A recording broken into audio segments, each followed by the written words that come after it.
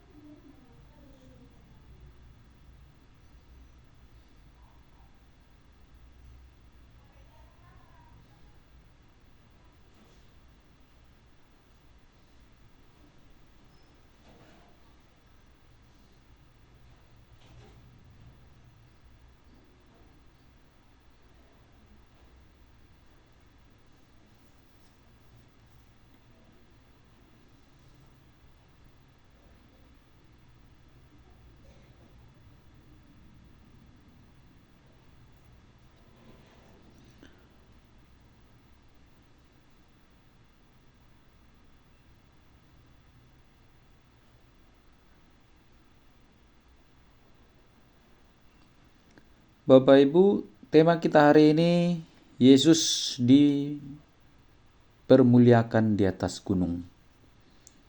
Yesus dipermuliakan di atas gunung, atau dalam bahasa Bataknya marsangap Yesus di atas dolok. Bapak Ibu yang terkasih, istilah lain daripada peristiwa Yesus dipermuliakan di atas gunung ini adalah transfigurasi ya. Transfigurasi mungkin beberapa gereja juga memakai minggu, nama gereja itu Minggu Transfigurasi ya. Transfigurasi itu artinya perubahan rupa Yesus ya, ada perubahan rupanya dan pakaiannya yang menjadi putih berkilau-kilauan. Transfigurasi ini juga Bapak Ibu mengandung makna ya, bahwa Yesus adalah sosok yang maha mulia. Ya, itu adalah pribadi Yesus. Itu adalah spesifiknya Yesus ya, bahwa dia adalah maha mulia, beda dengan kita sebenarnya ya. Nah, dia itu identitasnya itu adalah yang ilahi ya. Identitasnya memang ilahi, bukan insani seperti kita, tapi dia ilahi, di mana Allah ada di dalam diri manusia, yaitu dalam diri Yesus. Peristiwa Yesus yang dipermuliakan di atas gunung ini, Bapak Ibu yang terkasih, kalau kita melihat ya, ini dari ayat-ayat berikutnya, bahwa memang ini adalah rangkaian kisah ya, yang menunjukkan dan memastikan bahwa Yesus itu adalah Mesias yang dipilih Allah ya, sehingga dia adalah benar-benar Mesias, dan orang tidak perlu lagi, manusia tidak perlu lagi menanti-nantikan Mesias yang lain, mencari-cari Kristus yang lain. Nah, ini berkaitan dari ayat 18 sampai 21. Nah, kalau kita perhatikan contoh di mana Petrus oleh dorongan Roh Kudus, dorongan Roh Tuhan menyatakan bahwa Yesus adalah Mesias ya. Itu adalah dorongan Roh Tuhan. Dan kalau kita melihat lagi ayat 22 sampai 27 sebelum ayat yang kita baca ini, di mana Yesus menerangkan bahwa Mesias yang dimaksud ini bukan dalam arti politik seperti pandangan banyak orang ya, bukan raja dunia, bukan ahli diplomatik, bukan cakap berperang, bukan mahir dalam memegang pedang, tombak, bukan begitu ya. Tapi Yesus sudah menjelaskan bahwa Mesias yang dimaksud oleh Petrus itu ya, bukan seperti Mesias dalam arti kebanyakan orang ya, tapi Mesias yang rela menderita untuk menebus dosa manusia. Nah, kemesiasan Yesus ini diproklamirkan dan dinyatakan secara pasti di gunung, di sebuah gunung, dan nama gunung itu kalau kita mencarinya ya itu disebut Gunung Tabor. Nah, jadi itu berkait-kaitan itu nanti Bapak Ibu, karena melalui kehadiran Musa dan Elia itu yang memastikan lagi bahwa Yesus adalah Mesias, dan disempurnakan oleh melalui suara Allah sendiri di atas atau dari dalam awan ya, dengan kalimat, inilah anakku yang kupilih ya. Kan itu arti Mesias kan. Mesias itu artinya yang dipilih, yang diurapi untuk suatu tugas ya. Nah, dengarkanlah dia. Nah, jadi sekali lagi ya saya ulangi Bapak Ibu bahwa perikop-perikop ini sebelumnya ini berkait-kaitan ya, bahwa ini adalah menerangkan bahwa Yesus itu adalah Mesias, sungguh-sungguh Mesias yang tidak perlu diragukan dan tidak perlu ditunggu-tunggu lagi yang lain. Nah, itu tadi Bapak Ibu yang terkasih adalah gambaran umum ya. Ini adalah gambaran umum tentang peristiwa Yesus mengalami transfigurasi. Sekarang kita perhatikan beberapa hal dari perikop ini. Yang pertama, kehadiran Musa dan Elia. Kehadiran Musa dan Elia ini bisa kita sebut dia sebagai hadir dalam kemuliaan, berbicara tentang tujuan kepergian Yesus ke Yerusalem. Mungkin orang bertanya, kenapa harus Musa dan Elia? Kan banyak nabi-nabi yang lain. Kenapa enggak Yesaya? Kenapa enggak Yeremia? Ya, kenapa enggak Yoel dan sebagainya? Nah, Musa dan Elia ini adalah tokoh yang amat penting dalam sejarah hidup orang Israel, ya. Orang Israel. Dan dalam tradisi mereka, dalam tradisi umat Yahudi, kedua tokoh ini akan muncul ya. Muncul di kemudian hari pada zaman akhir ya.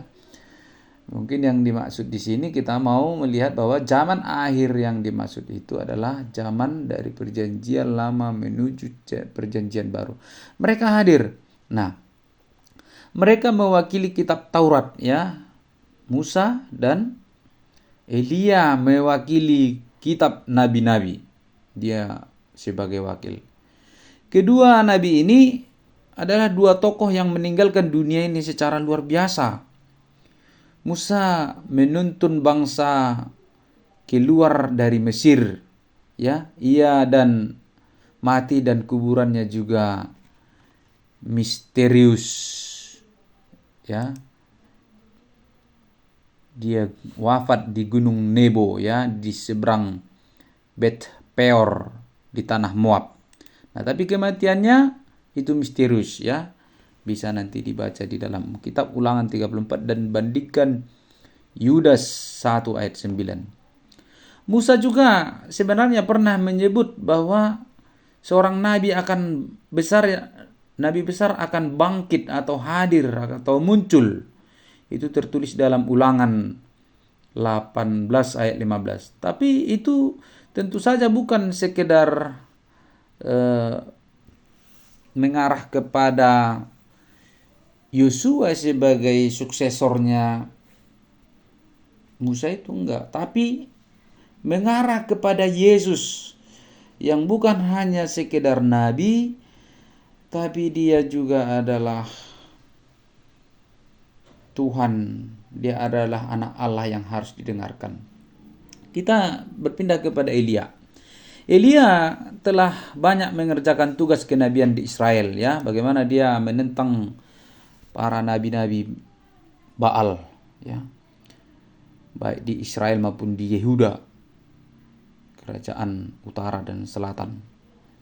Bapak Ibu yang terkasih, sehingga ia terangkat ke sorga ya.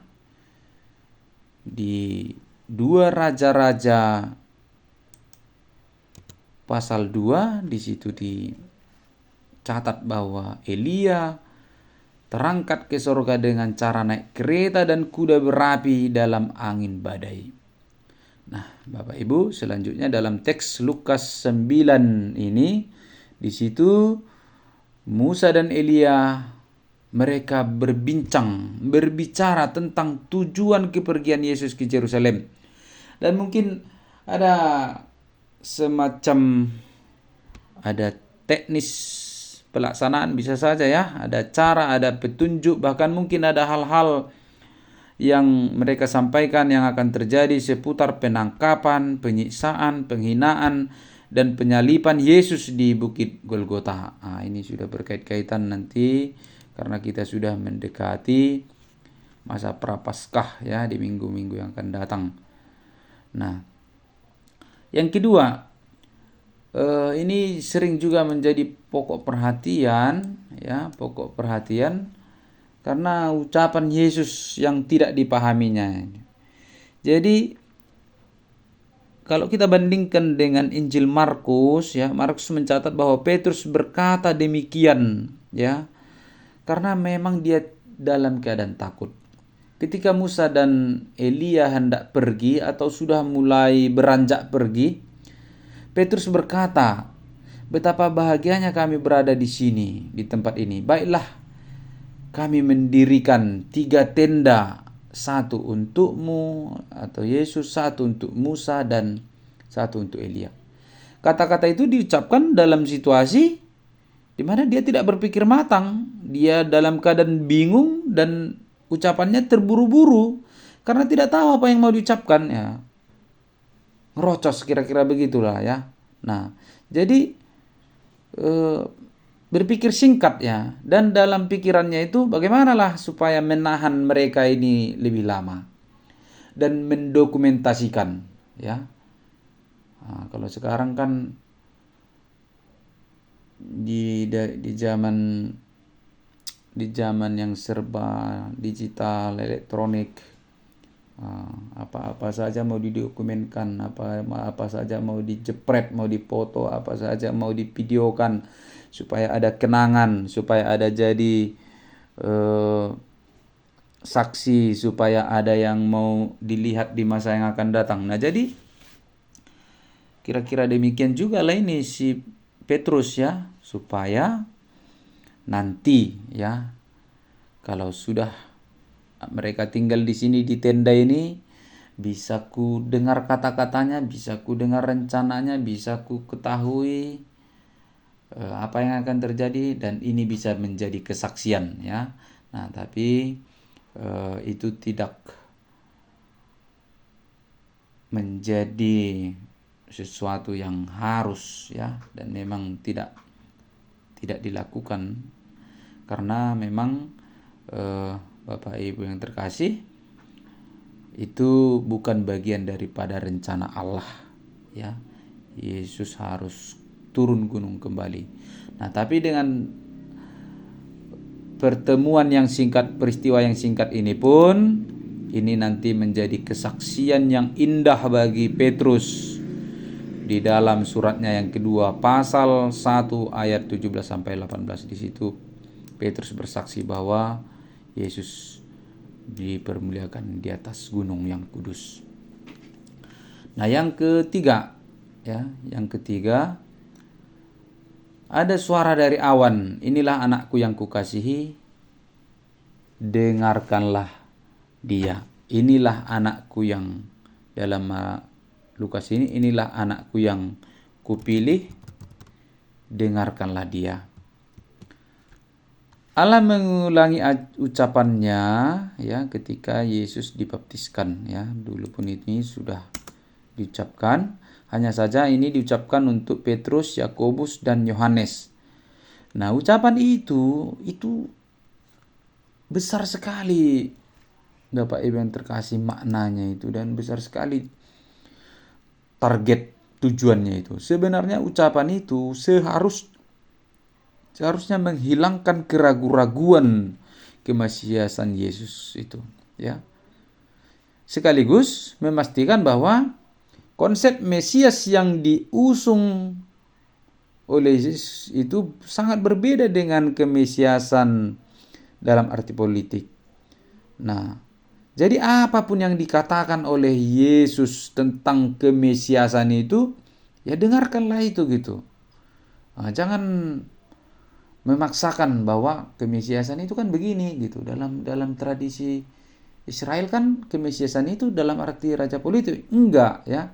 Ini ketika Allah mengucapkan inilah anakku yang kupilih, dengarkanlah dia. Artinya garis bawahi dengarkanlah dia itu bahwa apa saja yang disampaikan oleh Yesus tentang kemesiasan itu adalah sesuatu yang mutlak begitu. Nah, kita melihat bahwa perkataan-perkataan Yesus tentang tujuannya datang ke dunia dan proses-proses yang dihadapinya itu tadi ayat 22 sampai 28 tentang kemesiasan itu yang sangat kontras dengan dunia yang sangat berbeda itu harus didengarkan. Demikian juga perintah-perintah yang disampaikannya. Kata-kata dengarkanlah dia itu adalah kalimat penutup yang membutuhkan komitmen dari setiap orang percaya bahwa ajarannya, perintahnya, wejangannya harus didengarkan. Bukan untuk dilupakan, tetapi untuk dilakukan dalam segenap kehidupan.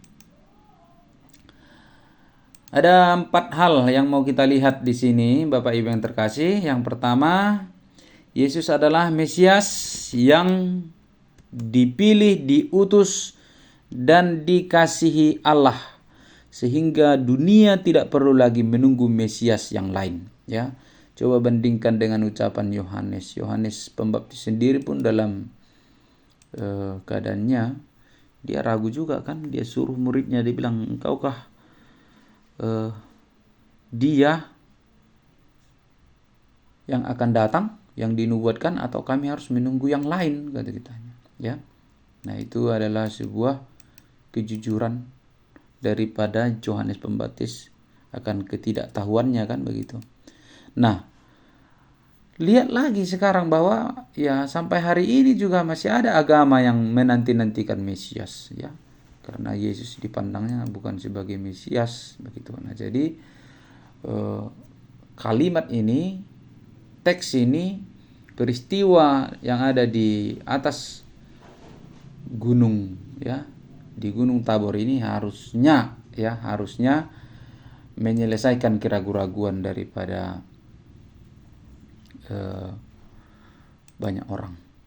Yang kedua, Yesus dimuliakan di atas gunung dalam arti wajahnya yang berkilau sebagai tanda identitasnya anak Allah yang mulia, maha mulia ya.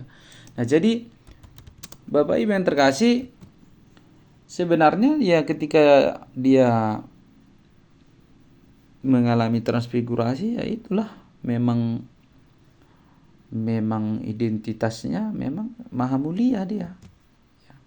Nah, jadi karena dia adalah anak Allah yang maha kudus. Jadi ini dari sini kita mengerti bahwa Yesus bukan manusia seperti biasa ya, seperti manusia biasa yang dituduhkan para haters. Termasuk zaman sekarang ini. Termasuk tahun ini. Bahwa para haters, pembenci Tuhan Yesus Kristus itu kan mengatakan Yesus itu ya manusia biasa itu katanya. Manusia sekedar nabi ya, atau ya manusia yang lahir dari rahim begitu. Jadi pemahaman seperti itu sebenarnya harusnya tertolong daripada peristiwa di atas Gunung Tabor ini. Yang terakhir, yang ketiga, mari kita mempermuliakan Yesus di atas segala kehidupan kita. Yesus itu memang sudah mulia, ya maha mulia. Sejak mulanya dia memang sudah maha mulia karena dia adalah Allah sendiri.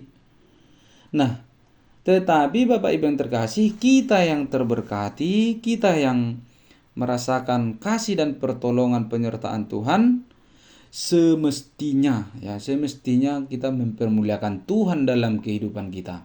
Banyak cara yang bisa kita lakukan.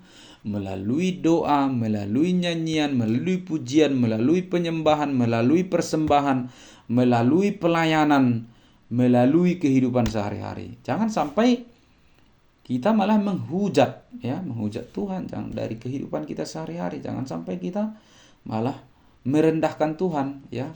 Tugas kita sebenarnya adalah mempermuliakan Yesus di dalam kehidupan kita. Yang terakhir, marilah kita mendengarkan Dia dalam segenap hidup. Inilah anakku yang kupilih, dengarkanlah Dia. Tugas kita adalah mendengarkan Dia. Jadi, oleh karena itu, ucapan para filsuf dan kalimat-kalimat sains itu sebenarnya hanya pelengkap untuk pemahaman kita dan kebijakan kita, ya. Suara Tuhan Yesus itulah sesungguhnya yang harus kita dengarkan, karena itu adalah ajakan, itu adalah perintah, itu adalah wejangan yang indah, ya, untuk hidup kita. Dan jangan pula sampai kita lebih mendengarkan ego kita daripada suaranya yang penuh kasih.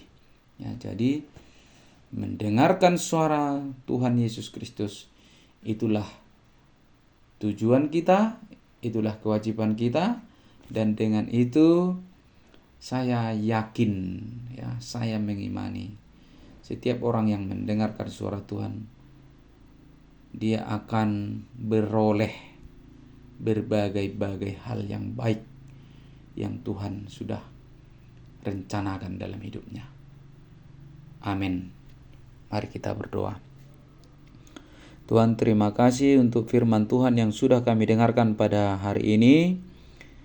Biarlah kami terberkati oleh peristiwa yang kami baca, yang kami renungkan, bahwa Yesus Kristus yang Maha Mulia itu mengalami transfigurasi di Gunung Tabor. Dan biarlah Bapa yang di sorga itu menjadi kesaksian yang indah dalam hidup kami, bahwa Engkau punya misi yang besar, yaitu Tuhan untuk menyelamatkan kami orang-orang berdosa. Engkau harus rela mati dengan memulainya, mengerjakannya di Yerusalem. Ajar kami juga Tuhan untuk mendengar suara-Mu dalam hidup kami. Biarlah kata-kata indah dan bijak para filsuf, pengetahuan filosofi, para sains, biarlah Tuhan itu hanya melengkapi pemahaman pengetahuan kami, tapi suara Tuhan, ajakan Tuhan, perintah Tuhan, itu yang terus kami dengarkan, kami renungkan dalam hidup kami. Terima kasih Bapa, dalam nama Tuhan Yesus Kristus kami berdoa dan mengucap syukur kepadamu. Amin. Shalom.